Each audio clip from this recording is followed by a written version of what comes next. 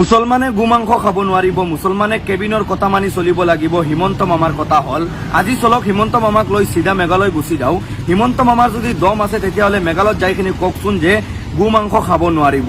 হয়তো এনেকুৱা হ'ব পাৰে যে হিমন্ত মামাক গোমাংসৰ লগত মিক্স কৰি দিব পাৰে মেঘালয়ত। আমি যে ইছলাম ধৰ্মৰ মানুহে গোমাংস খাই আছো এনেকুৱা কথা নহয়। খ্ৰীষ্টান মানুহে খাই আছে, মেঘালয়ত খাই আছে, আমি ইছলাম ধৰ্মৰ মানুহে খাই আছো।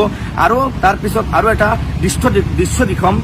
এইটো চাওক আপোনালোকে, এই যে এই দোকানখন দেখি আছে নহয়, এই দোকানখনত আমি কাটি গোমাংস ৰাখিছো। যাৰ লাগিব সি লৈ যাব। এইটো যে আমি কেবিনৰ কথা মানি চলিব লাগিব এইটো একেবাৰে নহয়। হিমন্ত মামাই ৰাজনীতি কৰিলে বেলেগ ধৰণৰ ৰাজনীতি আছে, সেইটো কৰক। ইছলাম ধৰ্মৰ মানুহৰ যে পিছে পিছে লাগি আছে যে গোমাংস খাব নোৱাৰিব, মছজিদত আজান দিব নোৱাৰিব, হোটেলত গোমাংস চেল কৰিব নালাগে। আমাৰ ইছলাম ধৰ্মৰ যিমান হোটেল আছে সেইটোত গোমাংস পাব, কিয়নো আমাৰ ইছলাম ধৰ্মৰ মানুহৰ এনাৰ্জি হ'ল গোমাংসত। এই গোমাংস নাখালে আমাৰ এনাৰ্জি নোলায়।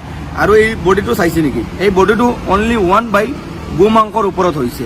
তো এতিয়া মাত হ'ল যে আমাৰ ইছলাম ধৰ্মৰ মানুহে যদি ভিডিঅ'টো চাই আছে তেতিয়াহ'লে ভিডিঅ'টো পটককৈ শ্বেয়াৰ মাৰি দিব, যাতে আমাৰ ইছলাম ধৰ্মৰ মানুহে কি মতামতি জনায় এই ভিডিঅ'ৰ কমেণ্টত আমি চাম যে আমাৰ গোমাংস খোৱাটো বন্ধ হ'ব লাগে না কি আমাৰ গোমাংসটো চলি যাব লাগে।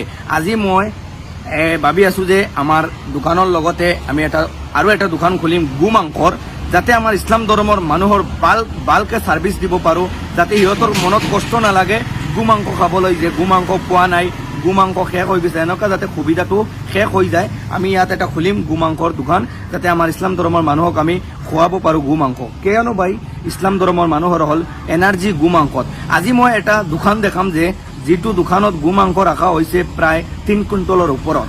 এই 3 কুইণ্টলৰ ওপৰত আমি দেখুৱাই আছো। এই দোকানখনত চাওক, আপোনালোকে চালে বুজি পাব যে দোকানত এতিয়া মাল আছে। আজি শুকুৰবাৰে দিন আৰু ইছলাম ধৰ্মৰ মানুহ মছজিদত যাব, আৰু এই মানুহবিলাকে গোমাংস খাইখিনি যাব লাগে মছজিদৰ ভিতৰত। তো আজি মাত হ'ল যে কেবিনত যদি কিবা এটা বিতৰ্ক কৰা হয় তেতিয়াহ'লে কেবিনত অনলি মুছলমান লৈ টাৰ্গেট কৰা হৈ আছে।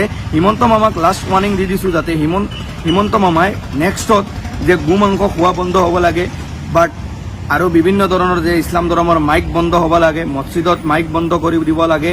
তহঁতে যে মন্দিৰত কীৰ্তন কৰে, আমি কি মুছলমানে যাই কওঁ নেকি যে কীৰ্তনটো বন্ধ হ'ব লাগে? তেতিয়াহ'লে ভাই এইটো কিয় চলি আছে অসমত যে অন্যান্য ঠাই আছে, কেৰালাত আজি হিন্দুৱে খাই আছে গৰু মাংস, হিন্দু মানুহে গৰু মাংস খাই আছে ভাই। যদি বিশ্বাস নহয় তেতিয়াহ'লে কেৰালাত এবাৰ আহি চাই যাওক। যোনটো হোটেলত যাব যাইখিনি সুধিব যে বিফ ফ্ৰাই আছে নেকি। বিফ ফ্ৰাই মানে হ'ল অসমৰ গু ফ্ৰাই, মতলব গৰু মাংস ফ্ৰাই। তো মাত হ'ল ভাই এইটো একেবাৰে শেষ হৈ যাব লাগে। কমেণ্টত মতামতিটো জনাই আপোনালোকে যাতে নিশ্চয় এইটো বন্ধ কৰিব লাগে। কেবিনত যিটো ড্ৰাগছৰ কাম চলি আছে, অন্যান্য গাজাৰ কাম চলি আছে, বিভিন্ন ধৰণৰ বিয়া কাম চলি আছে, সেইবিলাক বন্ধ কৰা যায় যাতে। আৰু এই ইছলাম ধৰ্মৰ পিছপৰা এইটো শেষ কৰি দিব লাগে, যাতে মুছলমানে গোমাংস খাই আছে খাব দিয়, তহঁতে কি খাই আছে এইটো খা, আমি একো বাধা নিদিওঁ। কিন্তু হিমন্ত মামাই পিছে পিছে লাগি অনলি এইটোই কয় যে ইছলামৰ মাইক বদ্ধ কৰিব লাগে, ইছলামৰ আজান বদ্ধ কৰিব লাগে, ইছলামে গোমাংস খাব বদ্ধ কৰিব লাগে। আমি যিহেতু ইছলাম দুনিয়াত আহিছোঁ, এই হিমন্ত মামাৰ কথা শুনি চলিব লাগিব। হিমন্ত মামাই আৰু ক'তবাত ডিৰেকশ্যন মাৰিব, আমাৰ ইয়াত নহয়। আমি ইছলামে যিটো কৰিম এইটো আমাৰ ৰুলছত কৰিম। তো গোমাংসৰ দোকানটো আৰু একবাৰ দেখুৱাই মই ভিডিঅ'টো শেষ কৰি দিম, আৰু আপোনালোকে ভিডিঅ'টো শ্বেয়াৰ মাৰি দিব। এইফালে চাওক, গোমাংসৰ দোকান ৰোডত খুলি আমি মুছলমানে গোমাংস খাই আছোঁ। আৰু হিমন্ত মামাৰ কথা শুনিলে আমাৰ হিন্দু মুছলমানৰ ভিতৰত বিতৰ্ক চলি থাকিব।